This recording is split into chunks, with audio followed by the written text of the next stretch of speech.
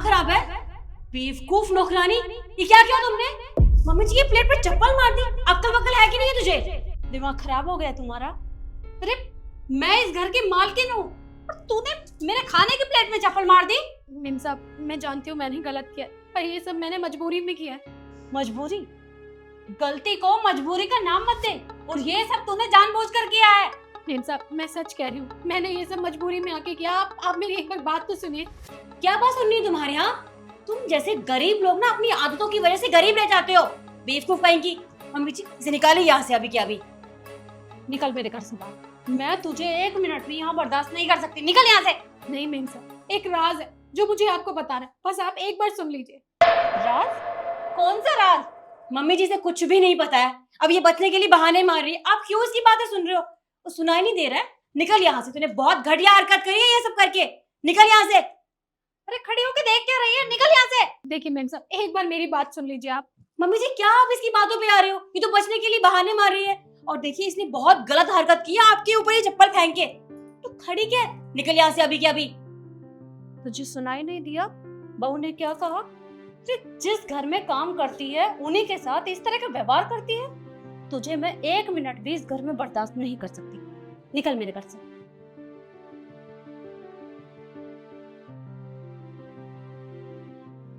अब मम्मी जी आप फिक्र मत कीजिए। ये पागल नौकरानी, दिमाग खराब है इसका। आप बैठिए, मैं दूसरा खाना लेकर आती हूँ।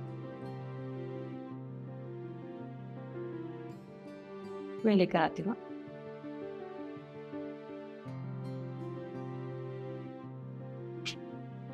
वो कौन से राज की बात कर रही थी और उसने ये चप्पल क्यों मारी?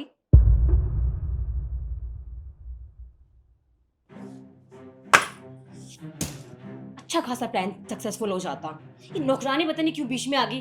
खा लेती खाना तो रास्ते से हट जाती बुढ़िया, पर नहीं, इसे तो बीच में आके चप्पल मारनी थी।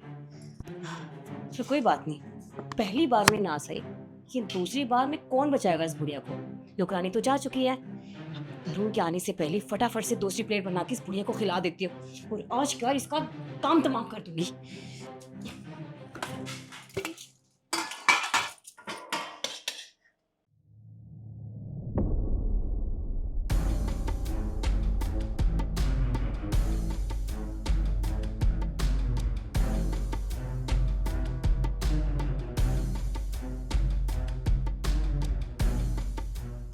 मम्मी जी ये लीजिए। अरे तुम्हें कैसे पता कि मुझे भूख लगी? लाओ खाना दो। तो तुम्हारे लिए लगाती हूँ मैं दूसरी प्लेट। ये मम्मी जी के लिए खाना है। अरे मुझे बहुत जोर से भूख लगी है, मम्मी के लिए तुम दूसरी प्लेट में डाल लाओ ना, मुझे दे दो। लाओ। तरुण लाओ ना। सुनो मेरी बात, तुम ये खाना नहीं खा सकते। मम्मी जी को बहुत भूख लगी है, दवाई खानी उन्होंने। तुम्हारे लिए लगाती हूँ ना, अभी लगाती हूँ मैं, पर ये खाना तुम लोग खाओ। हाँ बेटा, तुझे भूख लगी है तो खा ले। जा मम्मी के लिए डाल देता हूँ। नहीं तुम रुको तो सही। तुम ये खाना नहीं खा सकते तरुण, मेरी बात सुनो। तुम ये खाना मत खाओ प्लीज। मेरी बात क्यों नहीं समझ रहे हो? अरे तुम पागल हो, खाना ही तो है, दूसरी प्लेट में डाल के ले आओ। खाने तो खाना है मुझे। अरे उसे भूख लगी है, खा लेने दे। तू मेरे लिए दूसरा ले आ। अरे लेकिन वो खाना नहीं खा सकता ना, उसमें मैंने जहर।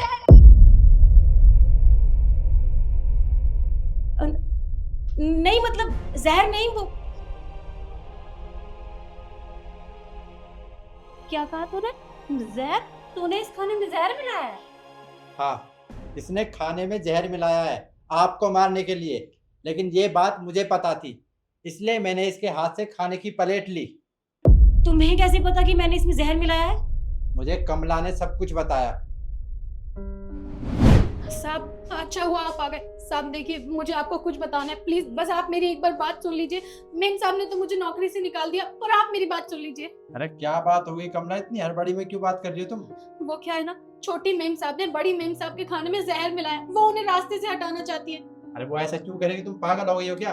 साहब मैं बिल्कुल सही कह रही हूँ, वो बहुत बार कोशिश कर चुकी है, लेकिन आज तो उन्होंने उनके खाने में जहर मिला दिया और मैं उन्हें यही बताने की कोशिश कर रही थी, पर उन्होंने मेरी बात नहीं सुनी। उन्होंने मुझे नौकरी से ही निकाल दिया। प्लीज आप मेरी बात समझने की कोशिश कीजिए।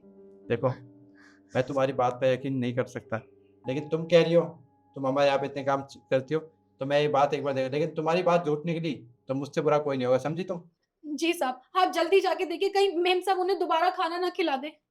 ठीक है, तुम जाओ। उसने मुझे बताया और उसने यहाँ पर रोकने की भी कोशिश की ताकि मम्मी खाना ना खाए, लेकिन तुमने उसे नौकरी से निकलवा दिया। क्यों किया तुमने? क्यों मारना चाहती हो तुम मेरी माँ को? हाँ तो क्या करूं और?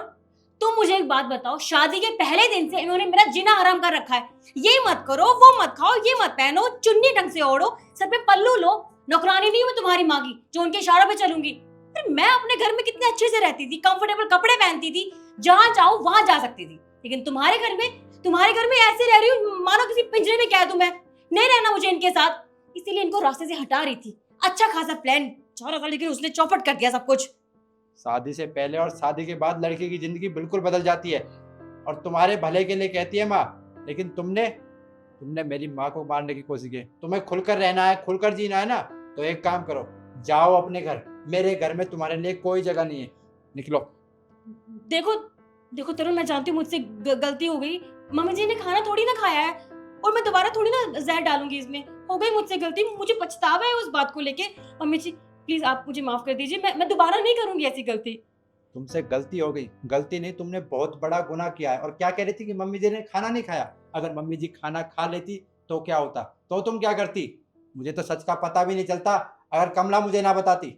मैं नहीं चाहता कि ऐसी कंडीशन दोबारा आए मेरे सामने। अभी के अभी मेरे घर से निकलो, वरना धक्के मारकर तुम्हें घर से बाहर निकालूंगा। और मैं पुलिस को बुलाना नहीं चाहता कि तुमने इतनी नीच हरकत की है। निकलो, निकाल।